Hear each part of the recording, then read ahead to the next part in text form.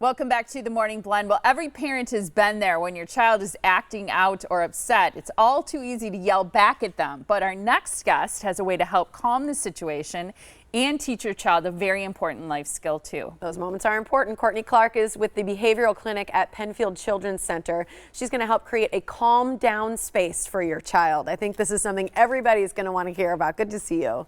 Yeah, great to see you. Yeah, as Molly was talking about, you know, there are times when your kids are just acting out. They get upset, and it's how you respond that really matters. And you've got all these different kind of points in terms of how to create or understand that moment with a child, right? And that moment is very important. Yeah, so typically when our child is getting very upset, very angry, having a temper tantrum, they're in that place of high emotion. If we respond with our gut, which is usually to yell or react emotionally as well, they're going to keep reacting emotionally, and it's just going to kind of feed the cycle. So in partnership, yes, escalates. In partnership with our Cole's Building Blocks program, we're here to talk a little bit about calm down spaces today.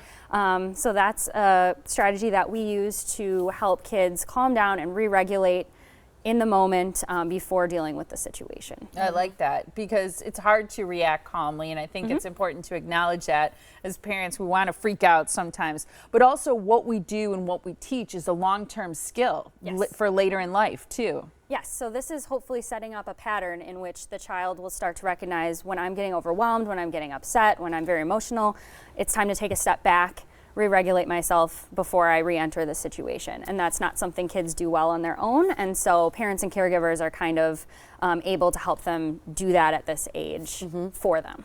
And you say this age is ages 2 and up. 2 and up, yep. I've used Even this. for adults. Even for adults, yes.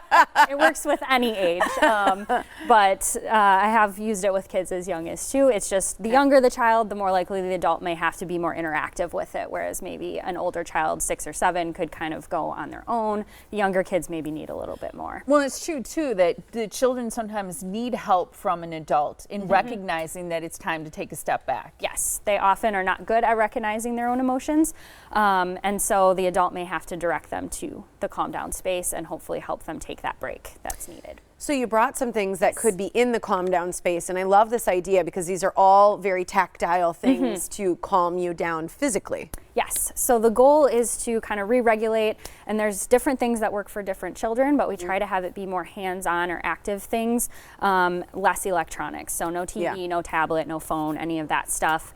Trying to make it lower stimulation, so none of the kind of light up, sound type toys, more of the comforting kind of soft items, stuffed animals, blanket we're looking at.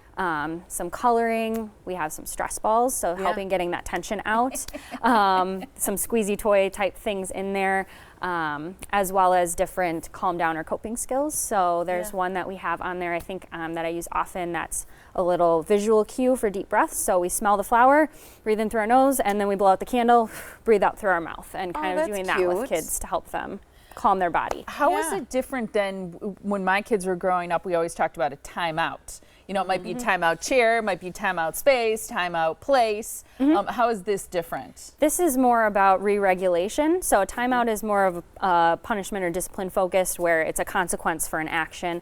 This is more about taking that step back. So it is a consequence a little bit because you're leaving the situation that kind of caused the emotion, but really it's about setting up that long-term skill of regulating our emotion before we re-enter the situation. Well, like we said, it doesn't feel as much like a punishment. It really does feel like a re-regulation, like you said. So how long do they spend in this space, and what is a parent's cue that it's time that they can come back out?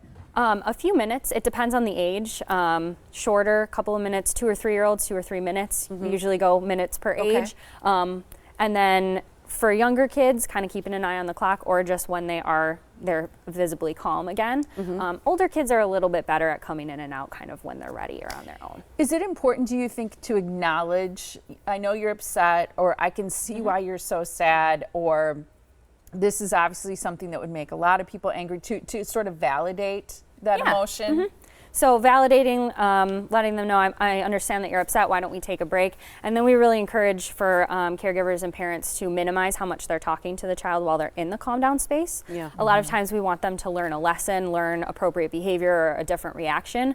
But if they're still in that place of being very dysregulated or having an intense emotion, they're probably not processing what we're saying to them.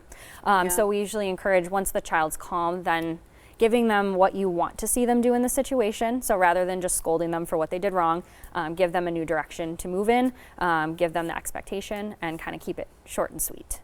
Do you talk about it when they come out?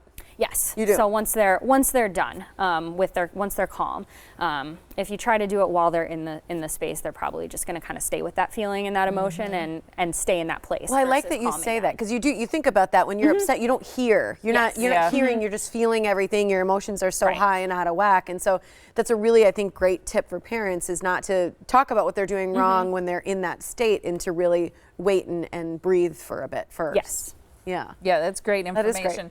If people go to your website, can they use it like a resource and find out more about calm down spaces and other ways that help with child development? Yes, we have all kinds of tips and tricks for developmental strategies for behavior and all types of other things on our Building Blocks website. Creating So many good safety, ideas. coping, all of these kinds of things, which are great. Think about how many adults you know that don't have coping skills. Yeah, and at how all. many adults need a calm I mean, really, space? like Yes. it's such a different. It's a new thought way of thinking with kids. I think it's really important. It works Yeah. for everyone, so Yeah. you can use it no matter what age. Use it on your teenager. Yes. I like it. All right, here is the website to visit for more information. I know you work in partnership with Kohl's Building Blocks, which is a really important partnership between you and the Penfield Children's Center. So you can go to penfieldbuildingblocks.org to find out more. Great to see you. Yeah, thanks for Appreciate being it. here.